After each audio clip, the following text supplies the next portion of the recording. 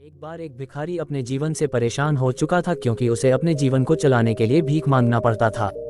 उसे हर एक चीज के लिए भीख मांगना पड़ता था। इसी बात को लेकर वह दुखी रहता और दिन भर यही सोचता कि उसकी जीवन में बदलाव कैसे आएगा। यह सोचकर वह निराश हो जाता। वह हर दिन देखता कि बहुत सारे लोग निराश होकर, आंखों में आंसू लिए लोग और विभिन्न चिंताओं से परेशान लोग गौतम बुद्ध की तरफ जाते और वापस लौटते समय वे लोग बहुत ही खुश होते थे। वह भिखारी यह नहीं समझ पा रहा था कि गौतम बुद्ध उनके साथ ऐसा क्या करते थे कि वे बेहद खुश हो जाते थे। वापस लौटते हुए लोगों के हाथों में ना तो ढेर सारे पैसे होते थे ना ही सोने चांदी, तो फिर ऐसा क्या होता था कि लोग बुद्ध के पास से लौटते वक्त इतना खुश होते थे। यह सब सोचकर वह भिखारी भी निर्णय लिया कि वह भी महात्मा बुद्ध के पास जाएगा और देखेगा कि ऐसा वहाँ क्या हो रहा है कि दुखी लोग उनके पास जाकर खुश हो जाते हैं। वह बुद्ध से मिलने के लिए उनके पास चल पड़ा। जहाँ बुद्ध मौजूद थे वहाँ बहुत लंबी कतार लगी हुई थी, तो वह भिखारी भी कतार में लग गया। कतार में लगकर वह अपनी बारी का इंतजार करने लगा।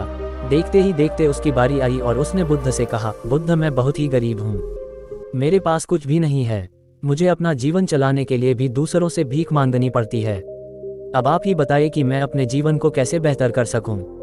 यह सब सुनकर बुद्ध ने कहा, तुम गरीब नहीं हो, तुम्हें ऐसा लगता है क्योंकि आज तक कभी तुमने किसी के लिए कुछ भी नहीं किया, ना ही तुमने कभी किसी को दान दिया, ना ही तुमने दूसरों के लिए कुछ किया। यह सब सुनकर भिखारी के मन में एक आशंका जाग उठी। अपनी आशंका को दूर करने के लिए भिखारी ने पूछा, मैं तो एक भिखारी हूँ, मैं लोगों को दान कैसे दे सकता हूँ और कैसे लोगों की सहायता कर सकता हूँ। मुझे तो खुद अपना जीवन चलाने के लिए दूसरों से मांगना पड़ता है। यह सब सुनने के बाद गौतम बुद्ध थोड़ी देर चुप रहे और फिर उसे बोले, तुम्हारे पास हाथ है जिससे तुम लोगों की सेवा में लगा सकते हो और दूसरों का भला कर सकते हो। इसके अलावा तुम्हारे पास मुंह है जिससे तुम लोगों से अच्छी अच्छी बातें कर सकते हो और दूसरों का हौसला बढ़ा सकते हो। यह सब करके भी तुम दूसरों की सहायता कर सकते हो।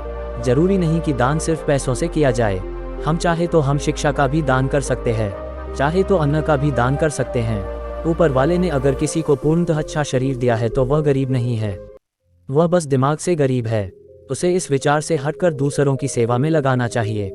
बुद्ध की यह सब बातें सुन लेने के बाद वह भिखारी बहुत ही ज्यादा खुश हो गया और उसका मन अब संतुष्ट था। हम सब इस बात की चिंता में समय बर्बाद करते हैं कि हम गरीब हैं, लेकिन यह सत्य नहीं है। सत्य तो यह है कि जब तक हमारा शरीर पूरी तरह से बेहतर है तो हम उसका उपयोग करके आगे बढ़ सकते हैं और खुद के जीवन को बेहतर बना सकते हैं। अगर कोई व्यक्ति सिर्फ अपने गरीबी पर ध्यान दे और उसे बदलने की कोशिश ना करे तो वह मूर्ख है। इसके अलावा हमें इस कहानी से यह भी सीख मिलती है कि दान सिर्फ धन का ही नहीं, शिक्षा, भोजन, अच्छे विचार आदि का भी किया जाना जरूरी है। अगर आपके पास धन नहीं है तो आप शिक्षा का दान कर सकते हैं या फिर आप दूसरों के लिए अच्छे विचारों का भी दान कर सकते हैं। इससे समाज बेहतर होता है।